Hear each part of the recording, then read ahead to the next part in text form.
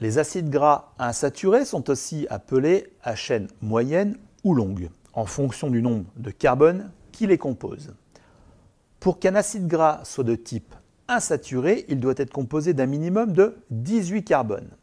Ensuite, en fonction du nombre de liaisons qu'il va posséder, celui-ci sera soit mono, soit polyinsaturé. Cependant, il existe différentes formes d'acides gras insaturés. Nous les appelons les omégas. Nous pouvons retrouver différentes formes avec les oméga 3, les oméga 6, les oméga 7 et les oméga 9. La position de la première double liaison va déterminer le type d'oméga à qui nous avons affaire.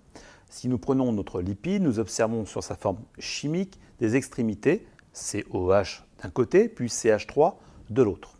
Si nous partons du côté CH3, la position de la première double liaison permet d'identifier la famille d'oméga.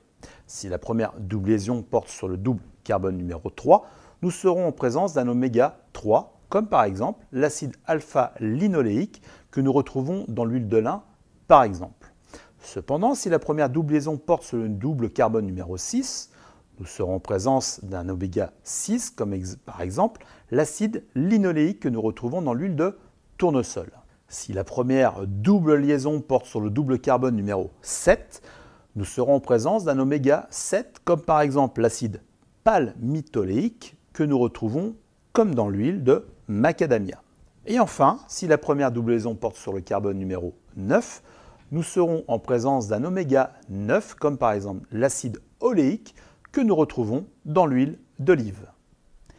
Les acides gras insaturés sont les principales sources de lipides qu'il faut privilégier dans une alimentation équilibrée. Les acides gras monoinsaturés sont les omégas de type 9. Nous les retrouvons sous forme liquide à température ambiante.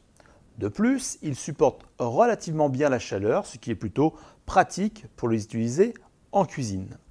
Les principales sources d'oméga 9 est l'huile d'olive, mais nous en retrouvons aussi dans les noix, l'avocat et les arachides. L'acide oléique est l'acide gras monoinsaturé le plus courant.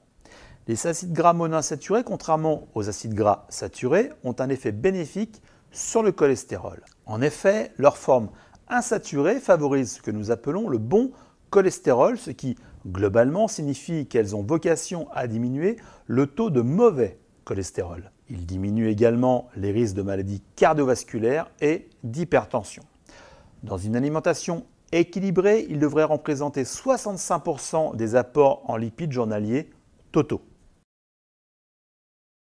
Les acides gras polyinsaturés comprennent les oméga 3 et les oméga 6. Ces deux acides gras sont dits essentiels car ils sont indispensables à une bonne santé cardiovasculaire et ne peuvent pas être synthétisés par l'organisme.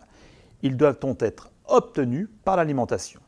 Nous pouvons retrouver les oméga 6 dans les huiles végétales liquides à température ambiante comme l'huile de lin, de tournesol, de soja et de maïs. Parallèlement, nous pouvons trouver les oméga 3 dans les graines de lin, de chanvre et les poissons gras qui constituent les principales sources d'aliments riches en oméga 3. Attention tout de même, il est déconseillé de faire cuire les oméga 3 car elles sont fragiles et ne supportent pas la cuisson. Les oméga 3 et les oméga 6 sont considérés comme de bonnes graisses car elles protègent le système cardiovasculaire. Mais attention tout de même à respecter un critère, elles se concurrencent. En effet, les oméga 6 perturbent l'utilisation des oméga 3. Il est donc conseillé d'avoir un ratio plus adapté entre oméga 3 et oméga 6 qui peut aller de 1 oméga 3 pour 1 oméga 6 jusqu'à 1 oméga 3 pour 4 oméga 6. Pour information, au sein de certaines populations ayant un déséquilibre alimentaire, nous oscillons actuellement plutôt sur un rapport de 1 oméga 3 pour 20 oméga 6.